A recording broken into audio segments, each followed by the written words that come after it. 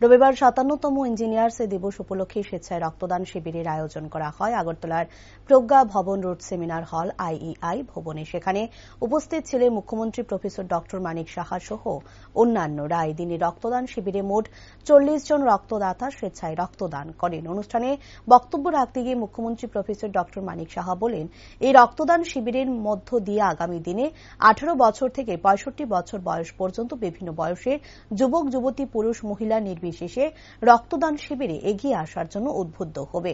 একইভাবে আজকের দিনে রক্তদান শিবিরে কেউ হয়তোবা প্রথম, আবার কারোর চতুর্থ বা পঞ্চমবার হয়ে গেছে রক্তদান করেছে। রক্তের চাহিদা ও যোগানের মধ্যে সামঞ্জস্য বজায় রাখার জন্য বর্তমানে বিভিন্ন সংগঠন তৈরি করা হয়েছে।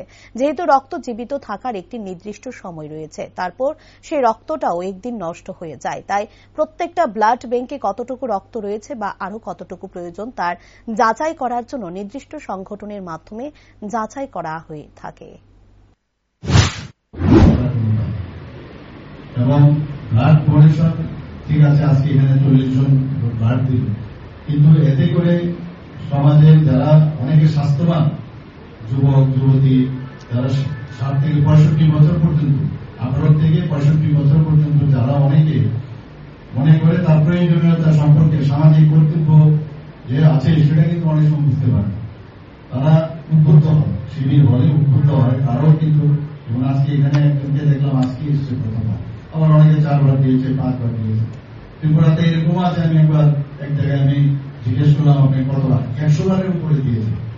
সেই বর্ডার এরিয়াতে একটা ব্লাড ব্যাংক ব্লাড ডোনেশনের ক্যাম্প হয়েছে এবং সে একটা মাইনরিটি সম্প্রদায়। তো এইরকমও ইতিহাস আছে।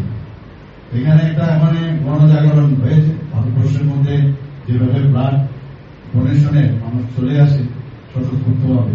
তো এটা দেখে আরেকজন উদ্ভূত হয়। এখানে ইঞ্জিনিয়াররা দিয়েছে, ডাক্তাররা যখন হয় ডাক্তাররা দিয়েছে, বিভিন্ন ক্লাবেও আমি যখন যাই, বিভিন্ন সমাজসেবী সংস্থায়, সেখানেও কিন্তু আমি দেখেছি মানুষ স্বতঃস্ফূর্তভাবে আসে। ব্লাড কিন্তু আপনার ধরুন আছে, আমি ১,০০০ মানে ইউনিট আমি ব্লাড নিলাম, রেখে দিলাম, সেটা সম্ভব। তারও একটা নির্দিষ্ট সময়ের মধ্যে ব্লাড নষ্ট হয়ে যায়। আমরা জানি শরীরের মধ্যে আমাদের ৩ মাস পরে আমাদের যে বিশেষ করে আরবিসি সেটা নষ্ট হয়ে যায়। কাজেই আমরা এই যে সমতা রাখতে হয় যে আমার ব্লাড ব্যাংকে কত আছে, এবং যে কারণে রক্ত সঞ্চালন কমিটি আমরা বানিয়েছি বছর, তারা মনিটর করে আমার ব্লাড কত প্রয়োজন। তো সেইভাবে মানে ডিমান্ড আর সাপ্লাই এর সমতা